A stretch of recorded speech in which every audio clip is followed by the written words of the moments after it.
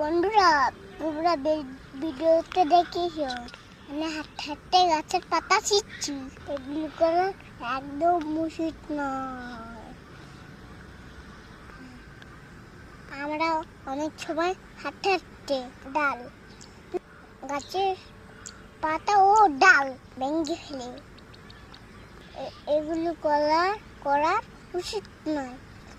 তার গাছেরও জীবন আছে, তারা তো ব্যথা পায়, কষ্ট পায়, কান্না করে। তোমরা কখনো সোলার পাতে তোমরা এমন কাজ করবো না।